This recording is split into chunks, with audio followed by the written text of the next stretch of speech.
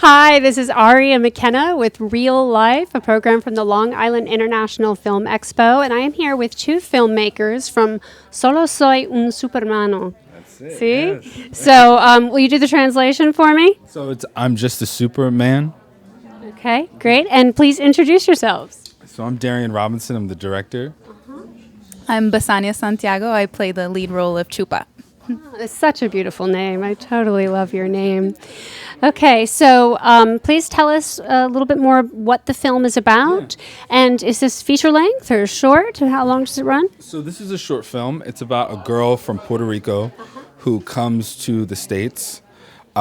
She was a boxer in Puerto Rico, and she's basically running from old mistakes that she's made in the past. And now she's a superintendent of an apartment building. So A superintendent. super. Yeah, Wonderful. just a Superman. Yeah. Please tell us more about the role that you play.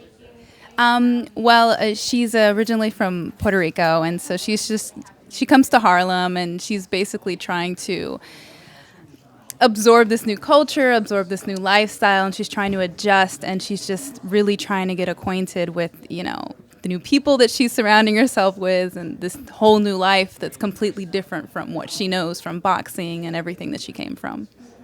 And what about this character that you play is something that you relate to? What's similar to the character in you, and what's different? I think, Chupa's character is something that we all go through in life, change. It's not easy for anyone. And I think, for me personally, I'm always going through something different in life. And her character really spoke to me because it's not easy. Like, it's something that it's something that the world, we can all have in common with. And I feel like everyone's always trying to separate themselves from each other, but this is one thing that we share is change, and we can all relate to that in every aspect of life.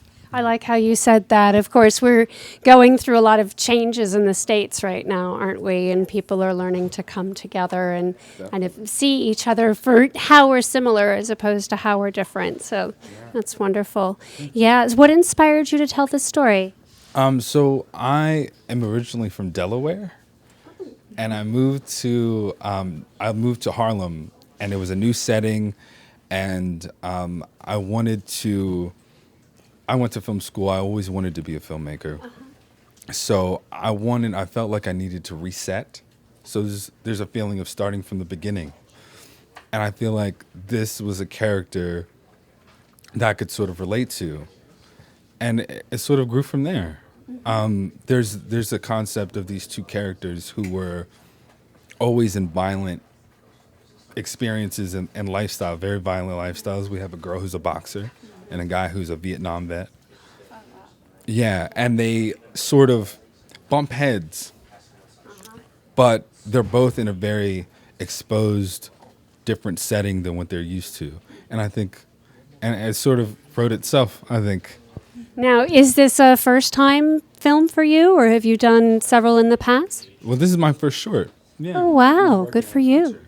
Oh, wow. Already? Good for you.